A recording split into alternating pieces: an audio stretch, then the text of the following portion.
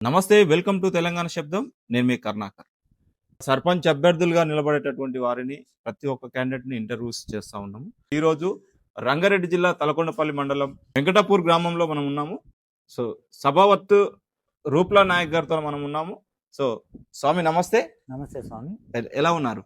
బాగానే ఉన్నాం స్వామి. ఓకే. తాండాలో అసలు ఎలాంటి పరిస్థితులు ఉన్నాయి? మీరు అభ్యర్థిగా పోటీ చేస్తున్నారు కదా, అంటే ఏ పార్టీ నుంచి మీరు పోటీ చేస్తారు? కాంగ్రెస్ పార్టీకి వెళ్ళి పోటీ చేస్తున్నాం. ఓకే, కాంగ్రెస్ పార్టీ నుంచి పోటీ చేస్తున్నారు కదా, ఇప్పుడు ప్రజల్లోకి వెళ్తున్నారా? ప్రచారానికి వెళ్తున్నారా? వెళ్తున్నాం స్వామి, ప్రజల్లోనే వెళ్తున్నాము. ఓకే, ఎలా ఉంది మరి అక్కడ వాళ్ళ యొక్క స్పందన ఎట్లా ఉంది? ప్రజల యొక్క స్పందన? ప్రజల స్పందన ఇప్పుడైతే బాగానే ఉంది స్వామి. ఓకే. మొత్తంగా యాక్చువల్ గా మేము అనుకోవాలంటే ఏకగ్రీయంగా ఎంచుకుందామని ప్రజలంతా తీర్పు ఇచ్చిండు. ఓకే. అయితే అట్టి విషయంలో మా మాజీ సర్పంచ్ని ఒకప్పుడు పోయిన ఎలక్షన్లో ఆయన గిట్ట ఏకగ్రీవంగానే ఎంచుకున్నాము అందరం కలిసి. ఓకే. ఈసారి ప్రజలు మనకు సపోర్ట్గా, ఎందుకంటే నేను ఏ పదవి లేకున్నా కానీ ఓకే ఊళ్ళలో చాలా కార్యక్రమాలు చేసిన కాబట్టి నన్ను ఎంచుకున్నారు. ఓకే. ప్రజలంతా నువ్వే ఉండాలి స్వామి, నీ వల్లనే పనులు అవుతాయి. ఓకే. గత ప్రభుత్వంలో ఏ పనులు కాలేదు, వాళ్ళు ఏం చేయలేకపోయినరు. నువ్వు ఉంటే అప్పుడు పదవి లేకున్నా కొన్ని పనులు చేస్తున్నావు కాబట్టి ఓకే, నువ్వు ఉంటేనే బాగుంటేనే ఈ గవర్నమెంట్ ఉన్న రోజులు మన గ్రామానికి అభివృద్ధి చేసుకోవచ్చు. కాంగ్రెస్ పార్టీ నుంచి మీరు రూలింగ్ పార్టీ ఉంది మాది కాబట్టి ఓకే, మీరు పనులు జరుగుతాయి, మీరు ఉంటేనే బాగుంటుందని ప్రజలంతా మనని ఎంచుకున్నారు. ఓకే.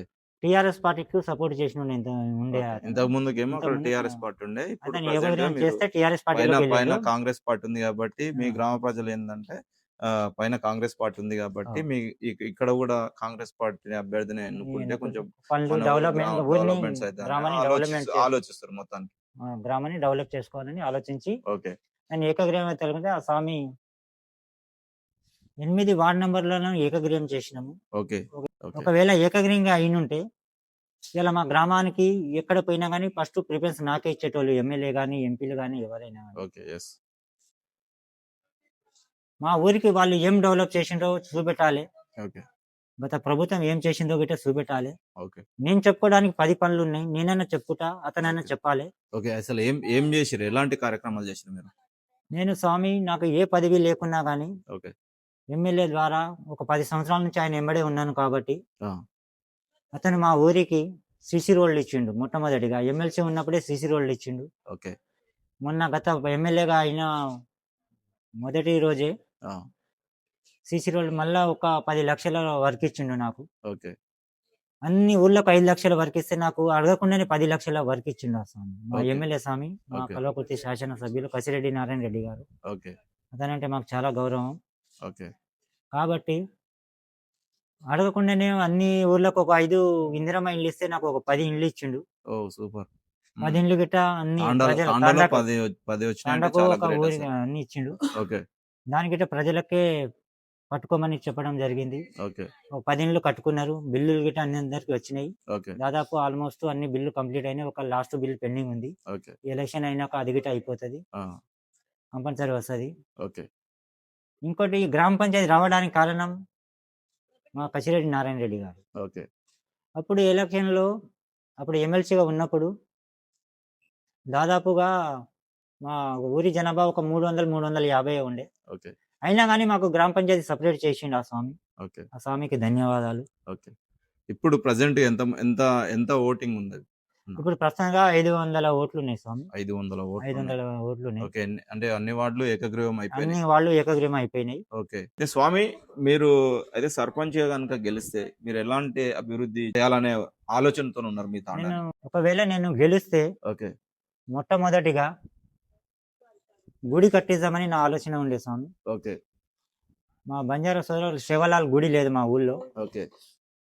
100% శివలాల్ గుడికి పోరాడి నా వీలైనంత వరకు కొట్లాడి పెద్దలతోని ఆ గుడిని కట్టించే ప్రయత్నం చేస్తాను. ఓకే. కాబట్టి గుడి 100% ఈ 5 సంవత్సరాల లోప నా అయినంత శక్తి నా వల్ల అయినంత ప్రయత్నాలు చేసి గుడిని కట్టించే బాధ్యత తీసుకుంటా స్వామి. ఓకే. ఇంకోటి అంటే నార్మల్ ఇప్పుడు ఉన్నది కదా, యువత కోసం ఏం చేయాలి? యువత కోసం స్వామి మాకు ప్లే గ్రౌండ్ లేదు ఊళ్ళో. ఓకే. అయితే ఒక స్వామి ప్లే గ్రౌండ్ కోసం భూమి ఇస్తా అన్నాడు. ఆ, ఆ స్వామితోని మాట్లాడి ఓకే ప్లే గ్రౌండ్ కట్టించే బాధ్యత పిల్లల కోసం ఆడుకోవడానికి ఓకే తీసుకుంటాను. ఓకే కంపల్సరిగా ప్లే గ్రౌండ్ అయితే ఈ 2-3 నెలల్లో చేపిస్తా స్వామి. Okay super. చేపించి దానికి చుట్టూ బౌండరీ వేపించి ఉమ్, దానికి జాలియో ఏమో అంతా సెట్ చేసి ఓకే. చేస్తానని చెప్తాను. అయితే మీ గ్రామంలో ప్రధానంగా ఎలాంటి సమస్యలు ఉన్నాయి? మా గ్రామంలో ప్రధానంగా కరెంట్ ఇబ్బంది ఉంది స్వామి. ఆ, కరెంట్ విషయానికి వస్తే ఆ, ఒక 2-3 రోజులుగా కరెంటు ఎక్కువ మన ఇండ్లు ఎక్కువ కరెంటు ఒకటే బుడ్డి ఉంది మా ఊళ్ళో. ఓకే ఆ బుడ్డి వల్ల కరెంటు వీక్ అయిపోయి ఆ, సప్లై సరిగ్గా లేదు. ఓకే ఇంకో బుడ్డి దానికి తోడుగా ఉంటే ఆ, కరెంట్ ప్రాబ్లం పోతుంది. ఆ ఓకే బుడ్డి గిట మాట్లాడినా ఓకే రేపు నేను గెలిచిన నెక్స్ట్ రోజే ఆ, 15 kV నుంచి 25 kV బుడ్డి ఇంకోటి ఆడ పెట్టిస్తా. ఓకే ఈ పని ఊరి కోసం ప్రజల కోసం చేస్తున్నా స్వామి. ఓకే చాలా మంచి పని. ఈ పని ఓకే కరెంటు బుడ్డి ఎట్లనో 15 తారీఖు వచ్చేస్తుంది మనకు. ఓకే కాకపోతే ఊళ్ళో లైన్స్ అనేది కరెక్ట్ లేదు. ఓకే అక్కడ ఒకటి చాలా దూరం దూరం ఉన్నాయి స్తంభాలు.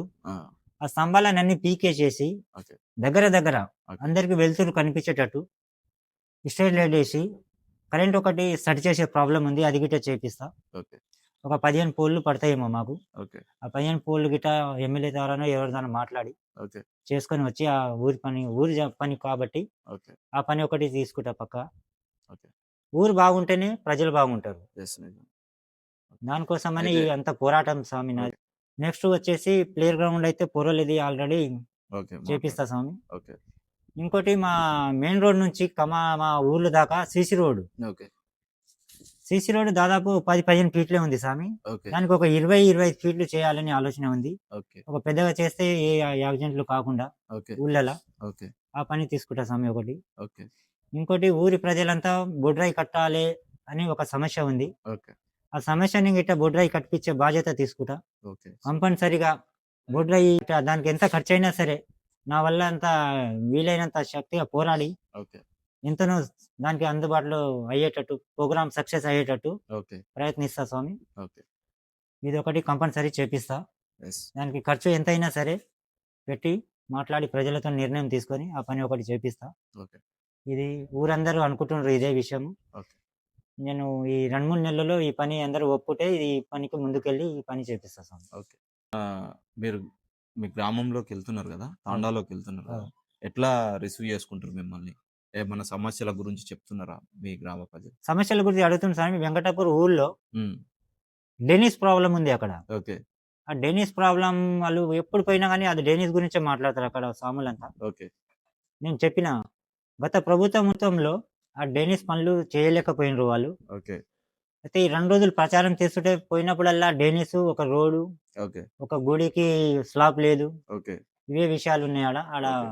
ఈ 3-4 ప్రాబ్లమ్స్ ఉన్నాయి. ఒక ఓకే. కమిటీ వాళ్ళు లేదు వాళ్ళకు. ఓకే అక్కడ ఎస్సీ జనాభా ఎక్కువ ఉన్నారు. ఓకే వాళ్ళకు ఎప్పుడైనా పెళ్లిళ్ళైనా ఏ కార్యక్రమాలైనా కూర్చొనికి ప్లేస్ లేదా వాళ్ళకు. ఓకే ఒక కమిటీ వాళ్ళు కట్టిమని చెప్పిండ్రు. ఓకే కాబట్టి ఆడ నేను ఒప్పుకున్న హామీలు మొట్టమొదటిగా డెనిస్ లైన్ ఓకే తీపిచ్చే బాధ్యత తీసుకున్నా. ఓకే ఎట్టి పరిస్థితుల్లోనైనా సరే నేను గెలిచిన ఎంబడే ఒక నెలనో 2 నెలల ముంగట వేరే పెద్ద మనుషులతో మాట్లాడి ఓకే ఆ పని చేపించే బాధ్యత తీసుకున్నా.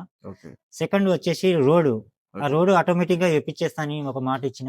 ఓకే ఈ 2 హామీలు అయితే పక్క మొట్టమొదటిసారిగా చేస్తా. ఓకే ఇక ఆ కమిటీ వాళ్ళంటే జర మెల్లగా కావచ్చు. టైం పడుతుంది. కమిటీ వాళ్ళకు జర టైం పడుతుంది.